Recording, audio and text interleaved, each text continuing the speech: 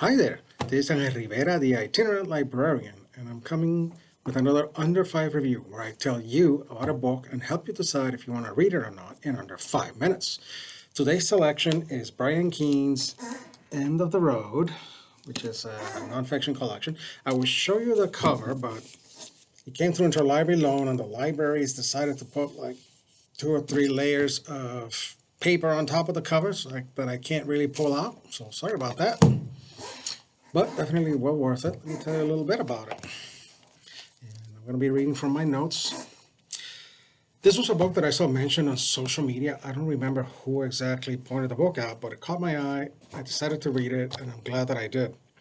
What's the book about? In 2016, Brian Keene, a great horror writer, embarks on what is to be, but not really, his last book tour to promote 2 of his titles, which were new at the time. He's feeling his age. He wants to spend more time with his son, who at the time was 8 years old. He's mourning the deaths of close friends, especially the passing of fellow author J.F. Gonzalez. But despite these burdens, Keene does what a professional does. He keeps his promise, his commitment, and he hits the road.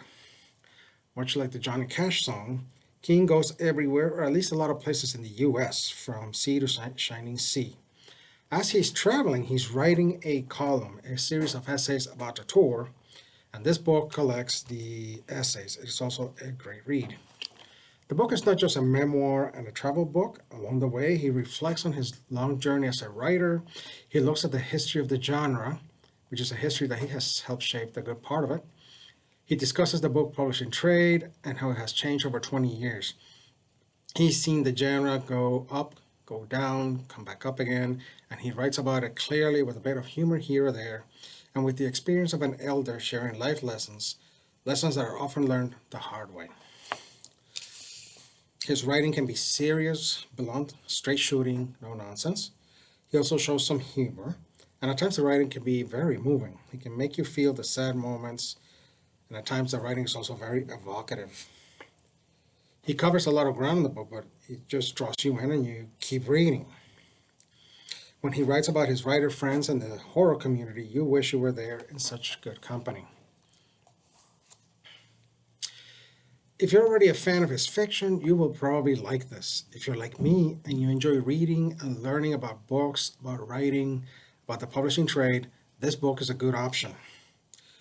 Keene is one of those popular writers who is good at demystifying his trade and craft for the rest of us. I'll add that you don't have to be a horror writer to read this. If you enjoy memoirs, travel logs, and you enjoy reading about writers, travel, bookstores, and a little bit of Americana, this book is a solid choice. I definitely recommend the book for public libraries. I suggest shelving it right next to his fiction and just let readers find it.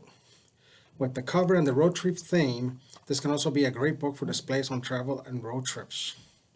In academic libraries, this would be a good choice for writing and creative writing collections, pop culture, and horror collections. In addition, if you have books like Stephen King's Danse Macabre, you need to have this one as well. I would get this book for my personal library. That's how good this is. So therefore, I am giving it a 5 out of 5 stars today.